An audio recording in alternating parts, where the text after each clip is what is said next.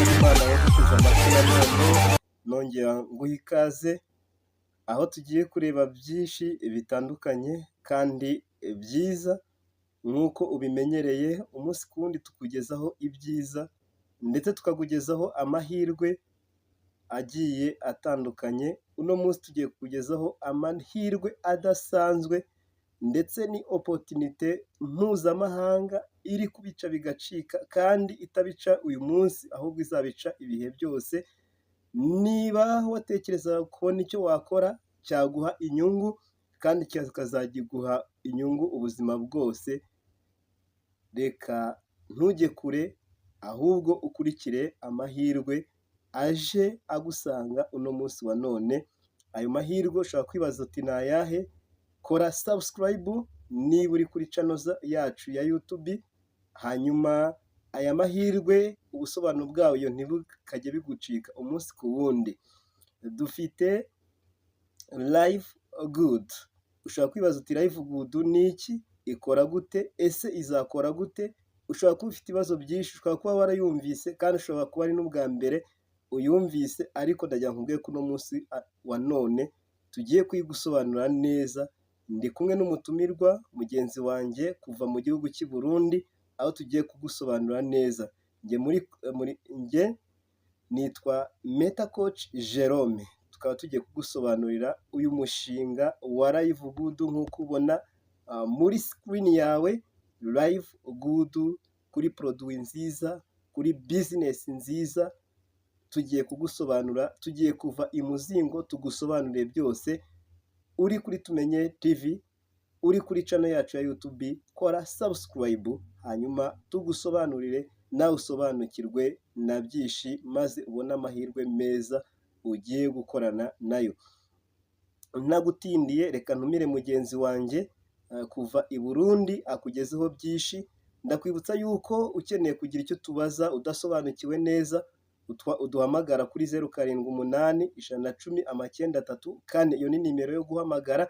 Naho kuri WhatsApp uratwandikira kuri 072 7 6 9 6 Iyo ni nimero yo kutuvugishaho kuri WhatsApp, waba uri i Burundi waba uri mu Rwanda tukakwandikira. Ubwo uri i Burundi uzashyiraho guteranya 25 hanyuma ukomeze n'imibare ikurikira, hanyuma utwandikire kuri WhatsApp tugusubiza direct. Reka ntumire mugenzi wanjye ntabatindiye, atuvire imuzi n'imuzingo ku business nziza ije guhindura ubuzima bw'Abanyafurika, ije guhindura ubuzima bw'abatuye isi. Hanyuma nanjye ndagaruka dusoza mubaza n'ibibazo, haba muri comment cyangwa n'ahandi hose mbasubiza. Karibu. Company nshasha yitwa Live Good Supplements Incorporation iri kirabica bigacika ku isi, ifise uburambe bugufi cyane. Novuga ngo imaze amezi 3 gusa ivutse ku isi ikigaragaza, ariko mu by'ukuri yavutse mu mwaka w'ibihumbi 2021, imara imyaka 2 yose iri muri recherche et développement.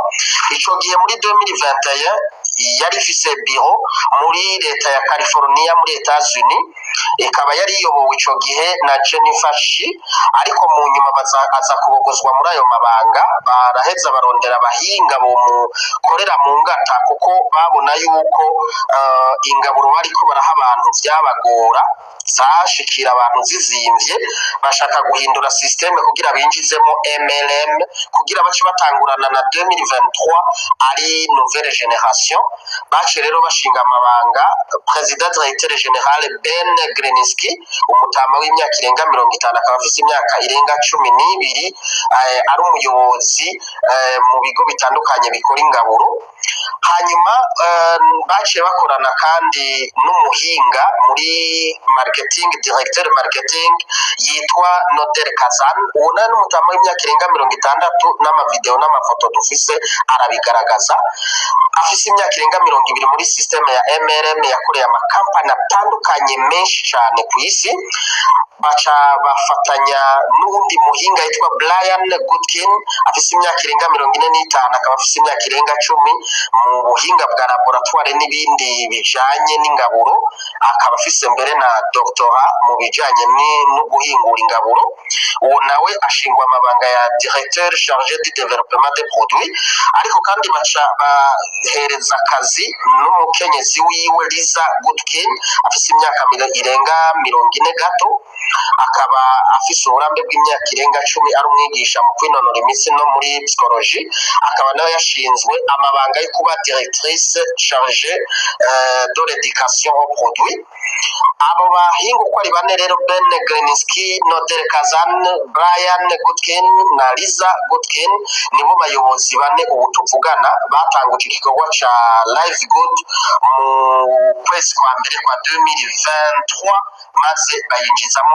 MLM kuko ingaburo intumbero bari bafise Live Good intumbero yari ifise kwa kugeza ingaburo ku bene gihugu ba Amerika mugabo basanga uburyo bariko barazibahereza zibashikira zizimvye baca bahitamwo guhindura novuga nti rero ico gihe Ben n'abagenzi we bashikira company ya Live Good yari ifise capital social ingana n'imiliyaridi amajana 240 z'amadolari y'abanyamerika 240 miliyari de dollars kubera ko aya mafaranga yari kuri konte ya Live Good yavuye mu makotisation no mu ntererano zitandukanye z'andi makampani 37 afitaniye partenariat na Live Good ayo makampani nakora ingaburo kugira ngo bazihereza abanyamerika izo ngaburo rero bakoze ni ingaburo novuga zikomeye cyane zifise akamaro n'akanovera gakomeye kuko bafasha amakampani yose akora ingaburo aja hamwe hanyuma baraheza bakorera hamwe abo bahinga batandukanye babashize hamwe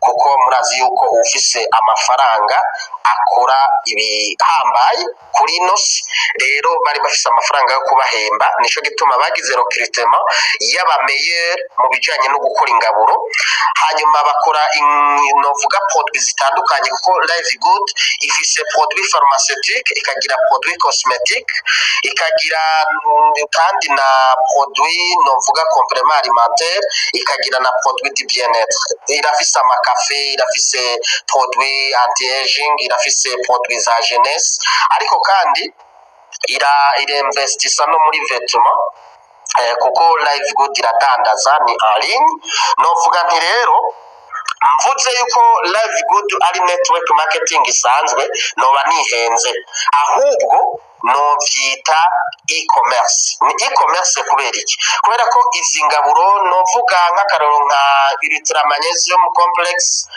bioactive complete novuga nka multivitamin y'abagabo n'abagore novuga nka complete plant based protein novuga nka organic super greens novuga nka organic supplements novuga nka organic coffee novuga nka ageless skin serum izi zose ni produit ziri mu madomene atandukanye hariho n'amashampo y'imishariho amavuta atandukanye hariho amarouge à lèvres hariho des parfums hariho amadeodorant harimo n'amassoins intimes pour les femmes n'ibintu byinshi cyane zaba ibijejwe gusukura umubiri w'umuntu haba n'ibijejwe kubungabunga amagara y'abantu novuga rero Live Good ni modele nshasha yaje ihindura yongera ikosora utunenge tumwe twaza turibonekeza mu bijanye na network marketing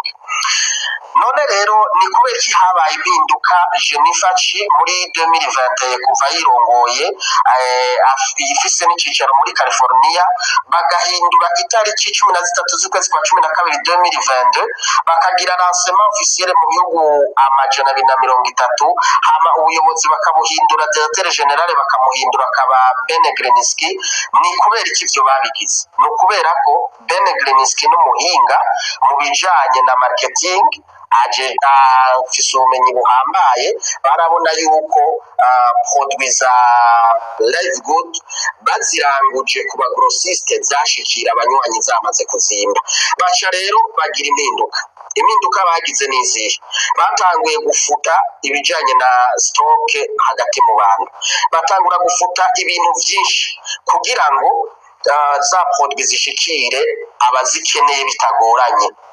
Novuga nti bazanye impinduka muri MLM kuko za produit bazikuye mu bantu bazishira kuri platforme ya Live Good babihinduramwo e-commerce. Mu yandi majambo jewe mbaye umunywanyi wa Live Good, Live Good chimpa ni boutique en ligne. Live Good rero twoyigereranya nka kujya kwa Amazon, twoyigereranya nka kujya kwa Alibaba, twoyigereranya nka kujya kwa za eBay, kubera n'urubuga ruri kwizungaburo ku buryo jewe nyine nshobora kwikomandira iyo ngaburo nkeneye, hanyuma Live Good citekera ikayinzanira no muhira ikoresheje ubuhinga bwa DHL. Ngaha mu Burundi benshi barabikoze, barakomanza izo produit mu minsi 4 canke 5 wazobona DHL produit ku rupangu izigushikaniye. Novuga nti iyo ni impinduka muri network marketing, ni impinduka ikomeye. Mu yandi majambo produit ikeneye nta gahato kajamwo, ni wowe nyene uyikomandira ukayigurira bakayikuzanira muhira. Icitondeko nuko produit yose ukomanze ifise garanti y'iminsi 90. Nutashima mu minsi 90 ukabona ntakikumariye, urafise uburenganzira bwo gutekereza isigaye ukazisubiza muri company, bakagusubiza amahera bakakurambusa 100% 100%. Nuko bimeze. None rero novuga ni izo ngaburo nozibatumirira kwiyandikisha kugira namwe muze muri komandira kugira ngo byorohe kuzironka bitagoranye. Ariko kandi Live Good yabonye ko kugira izo ngaburo abantu bazimenye byoroshe, yashizemo na systeme yo guhemba abantu bomenyekanisha izo ngaburo. Ariko systeme rero yo guhemba bashizemo itandukanye na systeme twari tumenyereye muri network marketing. Ari naco rero gituma Live Good ihurumbirwa n'abantu benshi. Iramaze amezi 3 ayonyene irikira kwiza amezi 4 kubera yagiriwe lancement mu kwezi kwa mbere kwa 2023, ariko uyu munsi irikira renza abanywanyi 230. Kubera iki? Ndababwira impamvu. Abantu bamenyereye network marketing bakoreye muri company zidandaza produit, harimo ibintu byinshi byahindutse. Muri Live Good nta byo kugura ingaburo ku gahato. Oya, bya bindi bakubwira bati urinjiye muri no company kanaka utaguze produit kabisa turaguca amande. Oya, ivyo nta birimo. Hahandi usanga ariho company kanaka bakubwira ati buri kwezi uragira maintenance mu kugura produit kanaka kandi n'itegeko. Hano muri Live Good nta birimo. Urumva ko nta kugura ingaburo ku gahato uyigura kubera ukeneye. Hanyuma icya kabiri nta maintenance ya konti. Hahandi ugura produit ku nguvu utagize maintenance bikakubana ikibazo. Ikindi cya gatatu nta point binaire hano zirimo muri Live Good. Oya, no kuvuga bya bindi ngo wubaka timu ngo buryo ni bubamfu ngo amaguru 3 5 10 ngo iki ngo uzuraraba ngo kuguru kugufi na kurekure, hano nta birimo. No kuvuga Live Good winjiye abantu bose bazinjira mu nyuma zawe ku isi bazokuja munsi, urira kwiyandika gusa ku isegonda ikintu kirabashaka kwereka umuntu yinjiye ku isi, no kuguru kumwe isi yose. Ikindi naco bakuyemo ya makampani usanga umuntu yakoze imuhemba mu mapoint, hano nta birimo. Oya, nta byo guhemba mu mapoint kuko hariho company zihemba mu mapoint ugasanga ntabwo ari amahera reyere. Ayo mapoint baguhembye uyakoresha mu kwandika umunywanyi mushasha, hano suko n'amafaranga nyakuri. Ikindi cya gatanu bakuyemo ni bya bindi byo gukora bagashaka kubwira ngo tuzogushimira reward, agashimwe. Ukaza wumva ngo bazoguha recompense materielle ngo imodoka ngo hano nta birimo. Bakubwira bati muri Live Good abantu bamenyereje kubaha ama recompense materielle uburi kubafata nk'abana no gufinisha abantu. Umuntu nakore ni yaronka amafaranga azomenya yaje kuyarira, ibyo azimenya kuko ivyo nkunda sivyo wowe ukunda, imodoka nkunda sivyo wowe ukunda, ingendo ibihugu nojamwe sivyo wowe wojamwe. Umwe wese azimenya. Ufise amafaranga cyo kimwe n'ingaburo, ni waba ufise amafaranga uzimenya ingaburo kuri yari, ivyo wewe birakuraba. Hanyuma ikindi kigirindwi nta flash out canke vya bindi uza wumva ngo nturenza igitigiri c'abantu parena ku munsi, ngo abandi wabarenza ngo amafaranga yose ufise kuri konte turayafuta. Oya, hano shaka uparena abantu 100 urundemo, ivyo birakuraba wewe. Hama ikindi nta bintu by'amabiro, pas de bureau physique. bakubwira bati butike yawe iri arinye ahubwo tumira abantu bagurire kuri butike yawe. Ivyo byo kuzana ibintu urumva ngo nonze ku birungo ivyo bituma produit zizimba bigatuma zibura, kuko uzanye biro bica bizana no kugurira produit hanze ugaca usanga zirakunaniye kwinjiza mu gihugu. Bireke Live Good yonyene niyizovyikorera, ukeneye produit y'ikomande bayikuzanire muhira. Nukuvuga ni e-commerce. Wewe urimenya iyi ukorana na bene company directement atawundi aciyemo hagati. Hanyuma ikindi barahinduye metode zo guhemba, metode do paiement, bakoresha ico twita iPayout. iPayout abantu bamenyereye ibintu vya cryptomone nibo baca banahura vuba. iPayout ni kuvuga ni system binjije muri Live Good ituma buri muntu wese igihugu cyose arimo ku isi ahembwa kandi amafaranga yiwe akamushikira, kuko hano hariho gishashe duhembwa imisi yose kuwa kane. Ni ukuvuga amafaranga yawe metode do paiement uyishizemo muri Live Good ndani, amafaranga bayakurungikira kuri ya metode. Izo metode do paiement nazo ni nyinshi, ushobora guhembwa ukoresheje banki. Nimba ufise banki ukaba iyo banki yemera konte $1, ukoresha iyo nimero ya konte bancaire. Ni ukuvuga muri Live Good amafaranga uzohembwa ni automatique, kuwa kane uzoyasanga kuri konte $1 watanze muri banki. Urashobora gukoresha Visa card, urashobora gukoresha Mastercard, urashobora gukoresha ATM, urashobora gukoresha kandi na cryptomone, kuko harimo system ya BitPay. Abamenyereye crypto bo baca banahura vuba, kuko BitPay ni company nini cyane y'abanyamerika. Iyi BitPay rero ifise system do paiement indani. Iyo system do paiement harimo ubwoko 13 bw'ama cryptomone. Ushatse urahembwa muri Bitcoin, ushatse urahembwa muri Ethereum, ushatse urahembwa muri Trocoin, ushatse urahembwa muri Dogecoin, ushatse urahembwa muri Solana, ushatse urahembwa muri USDT TRC20, ushatse umva harimo moyen do paiement zose zibaho. Urahembwa muri system ya QYE, umva harimo system do paiement nyinshi ku buryo utagwitwaza, kuko harimo n'indi system ya e-wallet abazi nawe wallet bo baca banahura. Donc abantu dusanzwe dukorana mu vya crypto bo baca banyumva vuba. None rero novuga nti habayemo impinduka nyinshi cyane. Ikindi cyanyuma nohereza ko ni byinshi by'impinduka, nta upgrade irimo. Oya, winjira rimwe rizima, kuko bararavye basanga harimo ubusumbasumbane. Hariho abantu binjirana amafaranga menshi bakagira konte nyinshi, bigaca bituma abantu bato badashikirwa. Ubu rero ico baragikosoye. Twese ku isi yose twinjirira kuri $50 zitarenga. $50 nturenza nizo winjirirako. Twese arangana isi yose, nta upgrade ibaho. Twese ni $50. Rero iyo winjiriye kuri izi $50 ibikurikira rero vyovyo n'agatangaza. Dufise inzira zitandatu zizana namwe amafaranga. Ngomba rero ndakubwira inzira zitandatu zizana namwe amafaranga, ndazurumirwa uratangara. We gusuga umuneza amatwi ucukurikira ugikurikira ya kabiri, ndakubwira ingene twunguka haruhande ya ingaburo z'akanovera z'akamaro gakomeye Live Good tuzanira muhira na DHL. Ngomba ndakubwira ingene dukorera amahera hano ibiriyo n'agatangaza. Uparenya umuntu wa 50 ntacyo twari tumenyereye.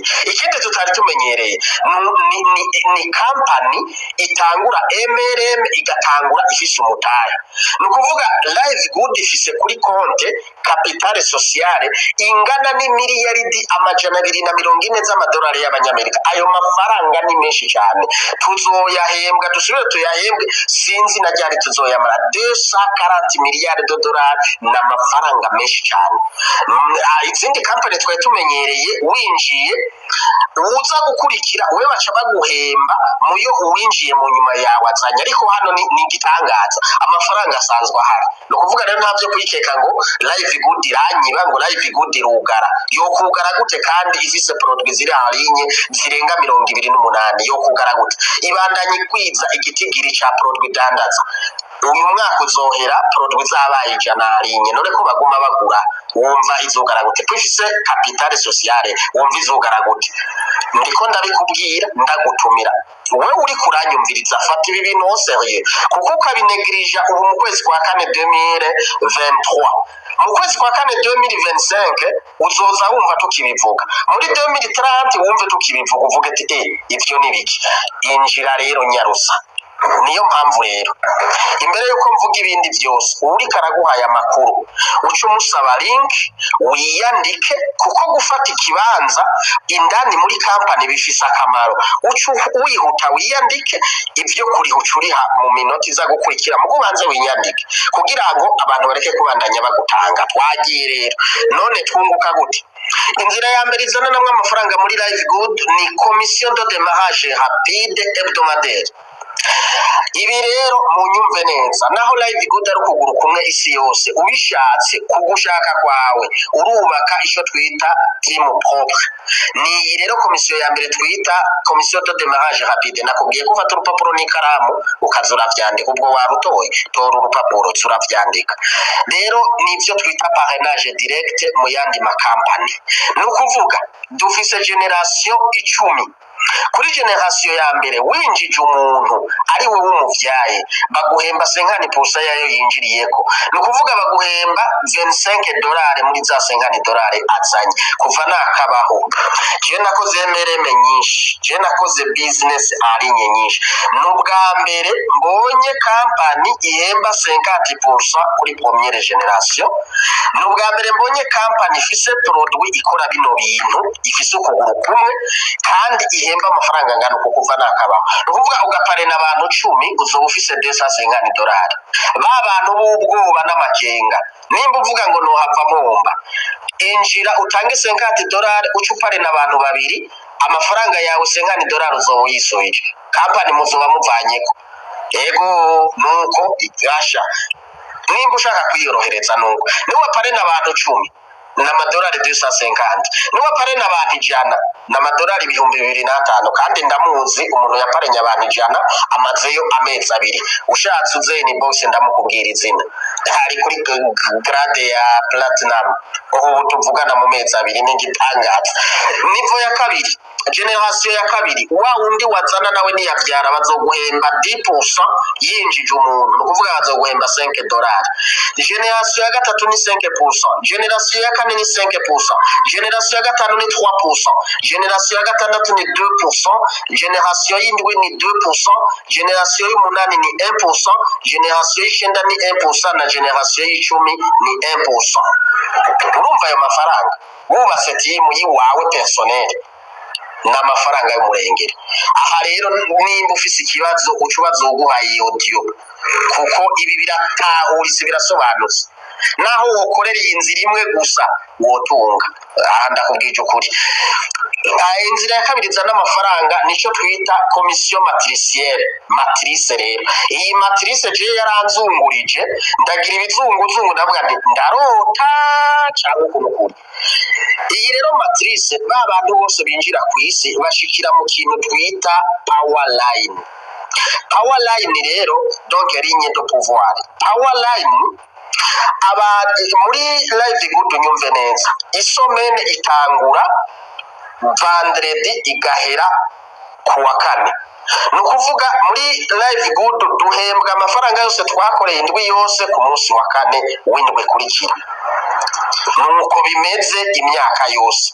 Rero babantu bose binjira indwi yose isi yose bashikira muri power line ku munsi wa kane umuntu atarariha za $50 kuko hari abantu binjira agafata position akibagira kuriha baca bagukura muri power line kuko nimba winjiye uri kurafyina abandi bafyina baca baguta hanze kubera uri kurafyina n'abantu bose bari bakwinjiye mu nyuma baca babakwaka nukuvuga indwi kurikira wewe ucuguma muri power line ukarindira abandi bantu bariko bariyizira bagasubira bakagushumbusha bakaguha abandi bashaje ugeze kundi wa kane utarariha kandi bashobora bakagutaramura bagashaba kwaka n'abantu bose barishe bari munsi yawe ugasigara na zero none ivyo wewe wumva bigumamwo gushajyara abandi nabo barishe baca babakura muri power line bakabajana muri matrice.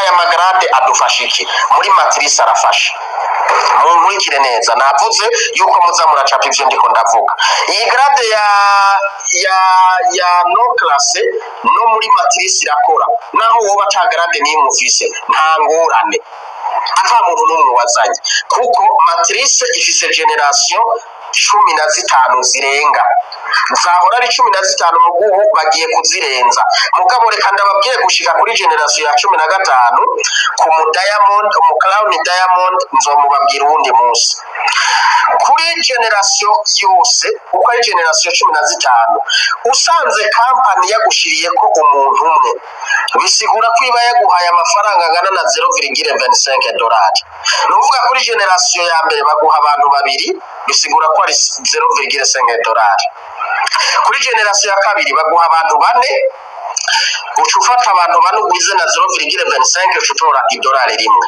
kuri generation ya gatatu baguha abantu 8 ucufata abantu 8 ugwize na 0,25 ucutora amadolari abiri kuri generation ya kane baguha abantu 16 ucufata abantu 16 bagwize na 0,25 ucutora amadolari 4 kuri generation ya gatanu baguha abantu 32 ni company baguha twumvikana ni company ibagushirirako ya live good sabo we wazanye ishirako abakongomani igashirako abatalibani igashirako abari muri M23 igashirako abihevyi igashirako abanyamerika igashirako abo muri Pakistan bose urasanga ko umunsi utanabazi kuko si bo wabashizeko ni company buri uwa kane ifata abantu bose barishe ikabatugaburira ufise grade nini ni waronka benshi uwavyaye benshi muri iyo ndwi niwe aronka abantu benshi munsi wewe udakora cyane uronka bake kuko birumvikana none bigende gute umukozi akora cyane yamashimirwa imbere y'abakora cyane buhoro buhoro nuko kuri nivo ya gatandatu generation ya gatandatu baguha abantu 64 ubagwijije na 0,25 n'amadolari 16 kuri nivo y'indwi baguha abantu 128 n'amadolari 32 kuri nivo y'umunani baguha abantu amajana 256 n'amadolari 68 kuri generation y'icenda baguhereza abantu amajana 512 ubagwijije na 0,25 ucutora amadolari 128 kuri generation y'icumi baguha abantu 1024 igihumbi na 24 baca babaguhembera 256 dolari amadolari amajana 56 kuri generation ya 11 baguha abantu ibihumbi 248 kugwiza 0,25 uzoba bahembewe amadolari amajana 512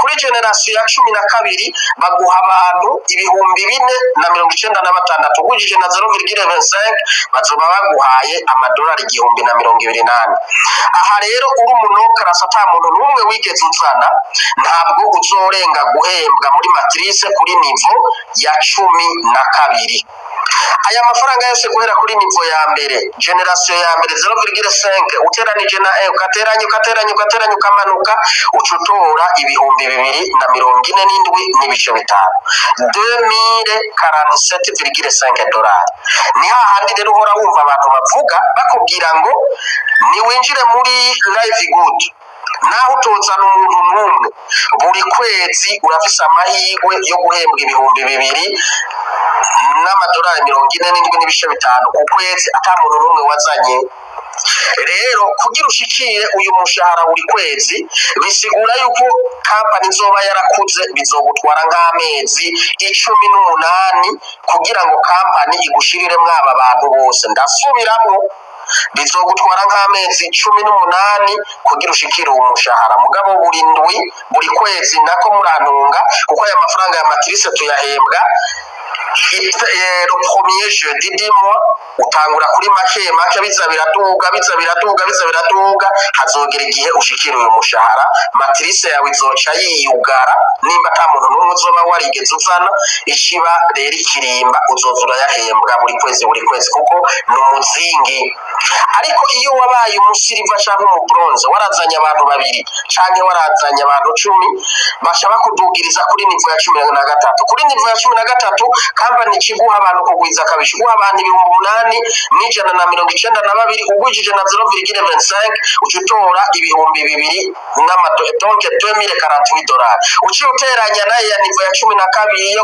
wari kuri nivo ya 12 ucutora ubwenge uhembwa 2047 dolari 5 guteranya 2048 ucubona ko ucuronka umushahara w'ibihumbi 495,5 dolari 4,095,5 dolari niyo uzokwamuhembwa imyaka yose maka upfuye ni hagufi maka kampani ipfuye ikapfa ku isi. Hanyuma iyo ufise grade ya gold naho na grade ya platinum baca bakuduza ucuhemberwa kuri nivo ya 14. Kuri nivo ya 14 kampani ishiguha abantu ibihumbi 16 n'amajana 384 kugwiza 0,25 dolari baca baguhembera ibihumbi 4,096 4,000 dolari uciye uteranya naya yose kuva kuri generation ya mbere uca wiroturuva uzoba uri ku mushahara w'amadolari 8,190,5 buri kwezi. Iyo ni serek. Hanyuma iyo uri mu diamond baca bakongera nivo ya 15 kuri nivo ya 15 kampani zoguha abantu ibihumbi 32,768 kugwiriza na 0,25 dolari uzoba uyironkeye nivo 8,192 dolari nukuvuga uciye uteranya kuva kuri nivo ya mbere uzoba ugeze ku mushahara wa 16,383,5 dolari buri kwezi. Aya rero n'amafaranga uzokwamuronka n'abana bawuzobasigira ubandanye uhembwa amafaranga kuko ni wagera ku nivo ya 15 uri mu diamond serekere izoca yugagwa uzoshugumana nabo bantu bariyo weisho usabwa no kuzuratanga cotisation ya 10 dolari gusa mwese mutanze 10 dolari uko muri iyo serekere mwese muzokwama mwayahembwe mpaka na Jesse nziyo bizogarukira muganibaza ko bizogarukira ku muhero w'isi. Iyi rero yari inzira ya kabiri izana amafaranga. Inzira ya gatatu izana amafaranga sasa rero nayo nyene ni inzira ihambaye cyane irimo amafaranga menshi tuyita matching bonus. Mu yandi makampani tuvuze matching bonus kwa uguhuza ukuguru kw'iburyo n'uko yubafa ariko hano siko bimeze.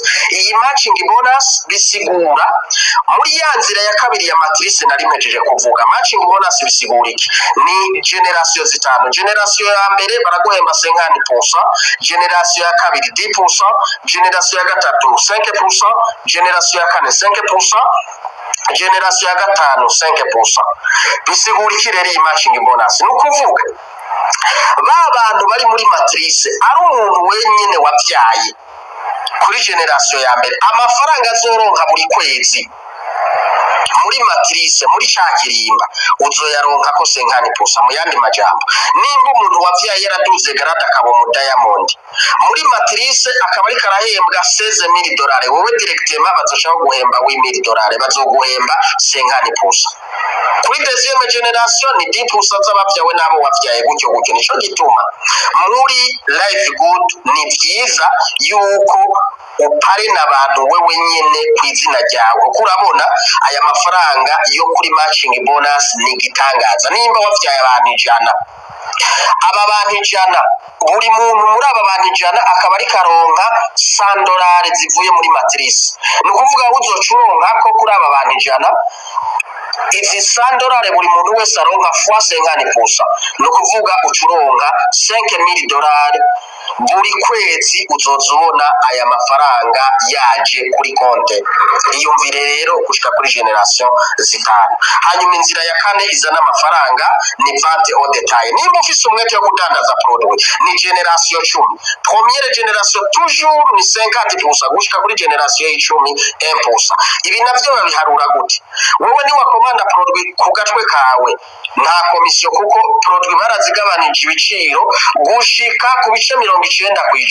No kuvuga produit igugwa 10 dolari muri live good ni wayirondera kuri internet mu zindi company uzosanga igugwa nka 100 dolari wumiko. Rero wowe ni wagira commande kuri e-commerce yawe kuri ya boutique yawe uzosanga bakugabanirije ibice hafi 90%. Dusa n'abazigura ku buntu n'ukuri. Hanyuma niwarangira umukiriya si wowe uzozimuha, uzomuha link yiyandike, hanyuma nawe aronke butike, asumire kuri butike yawe, nawe wirongere komisiyo nka kujya kwa Alibaba, nka kujya kwa Amazon, nka kujya kwa eBay. Ntabyo kuri gurikorera igunira rya product uja kudandaza epu, oya azikomandira wenyene hama uronke komisiyo. Hanyuma icyitonderwa aha kuri vente au detail, iyi bonisi ya 50% ni gute? Nimba umuntu wavyaye, wewe witwa Mariko, ni wavyara Matayo akarangira product umuntu ayigura kuri premium y'utari umumambere, kuko hariho premium umukiriya na premium umumambere. Nimba product ku mukiriya igugwa $30, hama ku mumambere kabigugwa $10, uyu mukiriya barangiye akayigura $30 kubera atari umunywanyi. Iyi difference y'ibi biciro, urabona ko difference ari $20, we rero ucuronka 50% y'izi $20, no kuvuga kuri konti yawe uzobona haza ko $10. Hama bonisi ya gatanu niyo twita bonus influencer. No kuvuga nimba uri umuganga cyangwa uri umuntu afise boutique cyangwa ufise alimentation, ugafata ingingo yo kudandaza zino produit, birunguka cyane kubera ko ni wigurira ku gatwe kawe produit za $2500 kugira uziha abantu cyangwa uzishire muri boutique yawe, kuko bivana n'imigambi yawe. Company izociguha komisiyo ya 10%. Ni wagura za $5000 bazosha baguha komisiyo ya 20%. Ni wagura iza $10,000 bazoguha komisiyo ya 30%. Ni wagura iza $25,000 bazoguha komisiyo ya 40%. Ni wagura iza $50,000 bazoguha 50% ya komisiyo. No kuvuga bazoca bakugarura $25,000. Urumva yandi mafaranga. Komisiyo ya nyuma ariyo ngire mpereze ko ni pool bonus. Pool bonus nayigenewe aba Diamond gusa. Uduze grade ya Diamond bashabona ko uri umuntu aterera cyane muri company, buri kwezi baza baraguha ibice 2% by'inyungu company ya rose. Nko mu kwezi guheze kuwa kane itariki 20 zo kwa kane, aba Diamond twari dufise aba Diamond 21 muri company yungutse amamiliyaridi n'amamiliyaridi atavugwa, ishifata 2% yungutse iyagaburira aba Diamond 21, buri umwe yatwaye $26,000 by'amadolari. Cha wiyumvira ayo mafaranga aza yiyiziye wijyamiye ngaho. Hanyuma ishanyuma nohereza ko pema mu guhembwa muri live good, pema ni automatic. No kuvuga wewe iyo wiyanditse urashiramwo uburyo ushaka kuzohembwamo. Ku munsi wa kane ayo wahembwe uyabonera kuri ya konti yiwawe. Nimba uhembwa muri Bitcoin uzuyabona muri BitPay yashizeyo. Nimba washizemo address wallet ya Trust Wallet uzuyabonako. Nimba washizemo konti bancaire uyasangako. Nimba ukoresha Visa card canke Mastercard uzuyabona jako. Nindani kuri konti ya live good ntabara yafisha ko mugabo wewe uyabonera kuri ya konti. Ni hatari, ni payment automatic. Nuko rero murakoze, ngomba ndabereka video zingene wiyandika baguhaye link. Arakoze mugenzi wacu kuva i Burundi umaze kudusobanurira byinshi. Nanjye Meta Coach Jerome nkabakomeje kugenda mbafasha muri comment mu gusobanukirwa, ndetse uciye kuri ya nimero ya WhatsApp ya guteranya 25 07 027 6 9 6 110 iyo niyo nimero ya WhatsApp. Hanyuma guhamagara ni 0781 tukagusobanurira neza. Live good ni umushinga mwiza, ni business nziza ije guhindura ubuzima bw'abatuye isi bose. Mu gihe imaze ubuzima bwa benshi buri kugenda buhinduka. Niba ushaka gusobanukirwa, waguhaye iyi video ararushaho kugusobanurira. Mu gihe nta wabashe kuguha iyi video, uraca inbox tubashe kugusobanurira wanditse muri comment, cyangwa se unyuze kuri nimero yo guhamagara cyangwa nimero ya WhatsApp. Hanyuma wadusanga aho turi tukagusobanurira, uduhamagaye tukaguha aho wadusanga maze tukagusobanurira biruseho. Uwaguhaye video agusobanurire neza biruseho, waba uri mu Rwanda, waba uri mu Burundi, waba uri ahari hose ku isi yose, twiteguye kugusobanurira maze ubuzima bugahinduka kandi neza cyane. Reka duhure ubutaha mu biganiro byacu, ukora subscribe kuri YouTube channel kugira ngo ibiganiro byacu bijyanye n'iyi business hatazajya hagira ikigucika umunsi ku wundi. Meta Coach Jerome netwa turi kumwe, reka dusubire muri next mu biganiro bikurikira. See you at the top.